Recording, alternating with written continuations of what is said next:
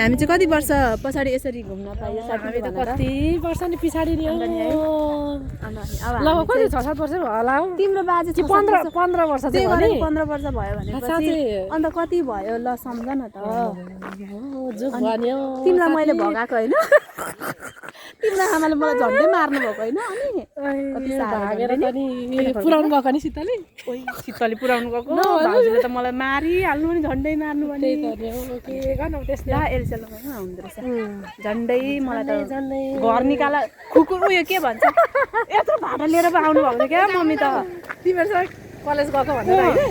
तिमीले नै कहाँ उयो गर्यौ भन्छिन् मलाई त झन्डै पुराउनु गएको भनेर भन्दा मार्दै होला अन्त नि मलाई त थाहा भएन भने नि अनि कम्ती उयो भएको त हामी चाहिँ यसरी भेट्यौँ है साथीहरू अब धेरै वर्ष पछाडि चाहिँ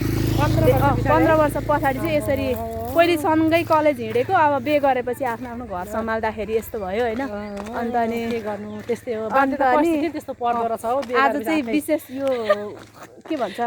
म पनि ठिक्क आज शनिबार छुट्टीको दिन भनेर माइत आउनु अन्त अनि ऊ पनि आज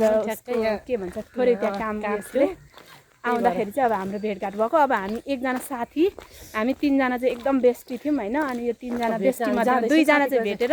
एकजना साथीको घर जाँदैछौँ मेरो घर चाहिँ खुन्नाबारी तिम्रो घर मेरो केर्खा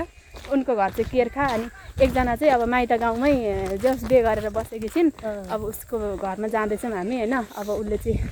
के भनिदिरहेछन् है त साथीहरू अहिले हामी उसको रियाक्सन पनि देखाउँछौँ है त ल हाम्रो माइत गाउँ पनि निकै प्रगति भएको छ हौ साथीहरू उहाँ बात दालबा होइन नमस्ते बडा सन्चै हुनुहुन्छ मलाई चिन्नुभयो म याङनामे कान्छाको छोरी कान्छी ए चिन्नुभयो फुपू सेवारो सन्चै हुनुहुन्छ सबैजना नमस्ते बडा आरामै हुनुहुन्छ अब तपाईँ के गर्नु त बुढाबुढी भएपछि यस्तै हो म हिजो घर आएकी थिएँ यहाँ बुवा आमालाई लिएर आएको छु अब भोलि बिहानै जान्छु मेरो घर चाहिँ खुन्नाबारी हजुर सन्चै हुनुहुन्छ काका सन्चै हुनुहुन्छ नि ल है ल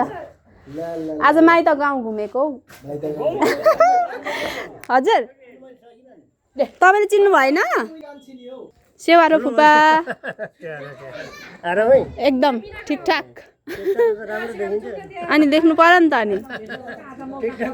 मिनालाई भेट्न गएको घरमै छ ए नमस्ते बडी किन दाउरा चिर्नु भएको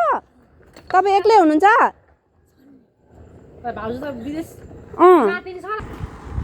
लडिएलाई हामी चाहिँ साथीको घर आइपुग्यौँ